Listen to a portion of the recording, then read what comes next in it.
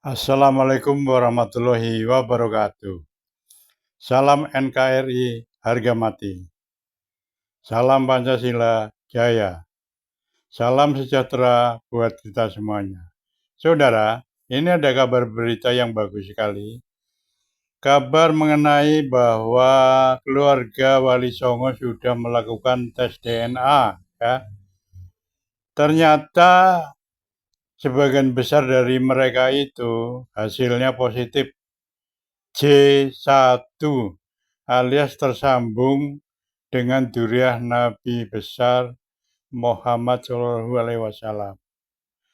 Ya, itu suatu kejujuran dan keberanian.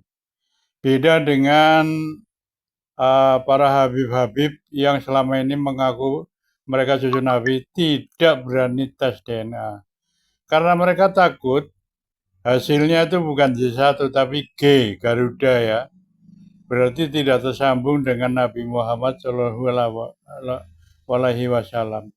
Itu sebabnya, ya, itulah sebabnya mereka kalau disuruh tes DNA itu takut sekali.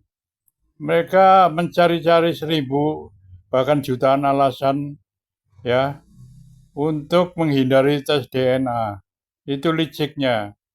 Nah, di keluarga Wali Songo tidak ada rasa takut, tidak ada.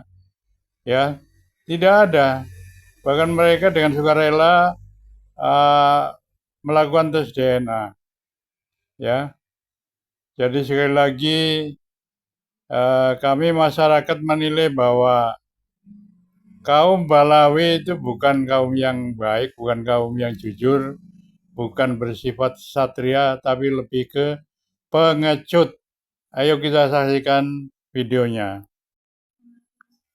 Sebelum memulai berita gembira ini perlu mengingatkan, mohon subscribe dulu karena subscribe itu gratis dan berpahala.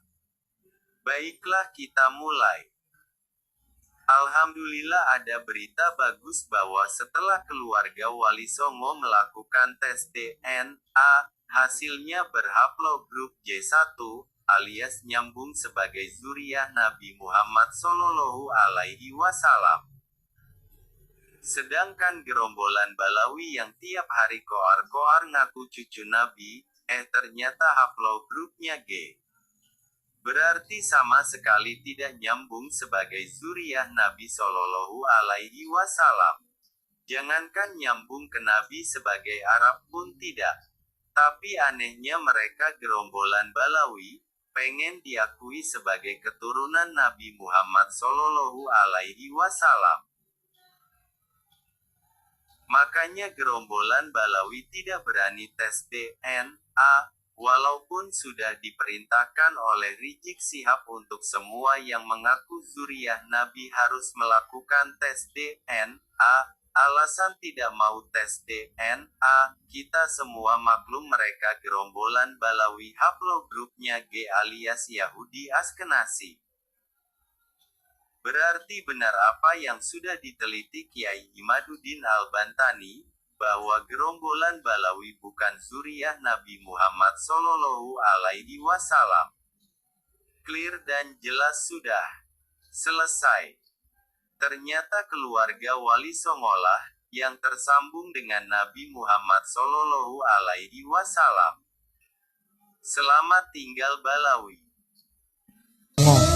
Yang pertama melalui Yisek J1, melalui Ancestry Inggris J1, 2 and 3 Jermani J1, Inavis Mabes Polri J1, Rumah Sakit Internasional Singapura J1, Expert DNA Dubai J1, Expert DNA Tes Brunei J1. Kalau keluarga Wali Songo telah terbukti haplogrup DNA-nya J1 dan ada SNP single nukleotida polimorfisme keluarga Nabi Ahlul Bait Nabi, mana sekarang Pak Alwi? Orang kalau benar Pak, tidak banyak mulut, tidak banyak cincong, mudah pembuktiannya. Hei, kamu katanya punya mobil, punya? Mana mobilnya? Ini ada suratnya, STNK-nya ada, BPKB-nya ada. Bayar pajak? Bayar. Itu kalau orang benar punya mobil. Tapi kalau nggak punya mobil, gaya-gaya pada tetangganya, kamu ada mobil, bulet jawabannya. Ya seperti itu, Yahudi ini.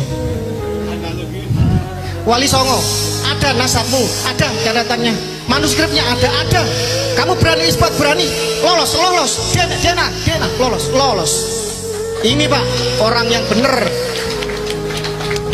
Perjuangan ini bukan untuk rebutan nasab jadi keluarga cucu Nabi, tidak. Kalau perlu tidak ada yang jadi cucu Nabi di Nusantara ini. Kalau perlu tidak ada yang terbukti jadi cucu Nabi. Kalau itu nanti hanya melahirkan perbudakan, melahirkan rasisme, melahirkan arogansi nasab, melahirkan kapitalisasi dan perbudakan spiritual. Tidak perlu dan tidak penting cucunya siapapun. Ini kan karena keluarga Wali Songo dihina 200 tahun.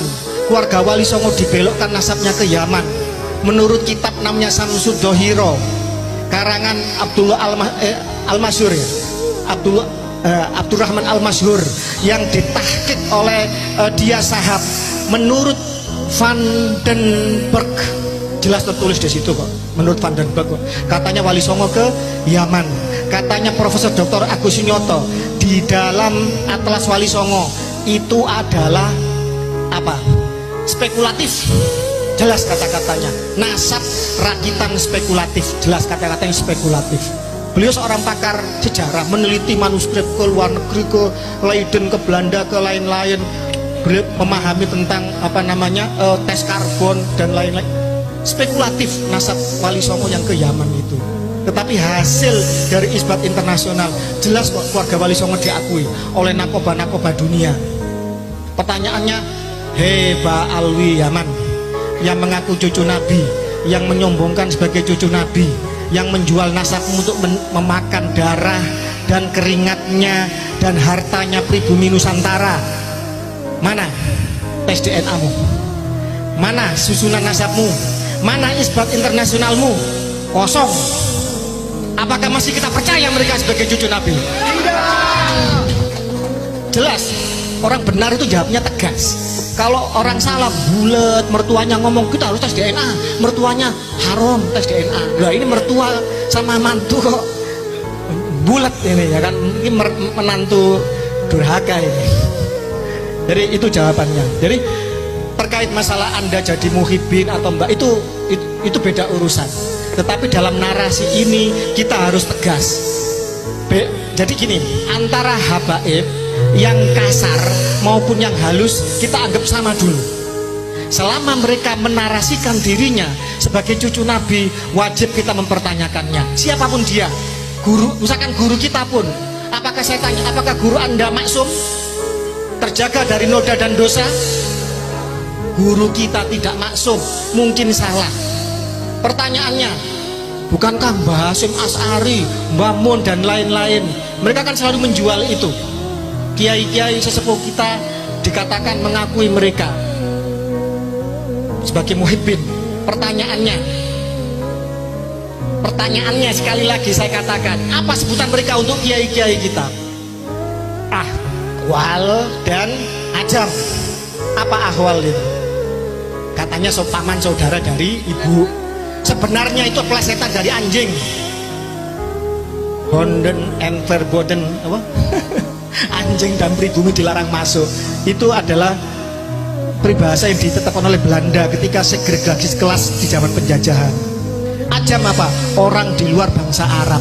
Loh, mereka loh yang bukan orang Arab, orang Kaukasus. Mereka itu orang Bani Khazar. Saya sudah menulis, coba dicari bahwa mereka adalah keturunan dari Khazar. Tes DNA mereka membuktikan itu. Situs DNA Yahudi membuktikan itu. Kemudian mereka menyebar ke semua bangsa. Mereka menjadi Yahudi Sephardic, Yahudi Askenazik, menjadi Yahudi Kaifek.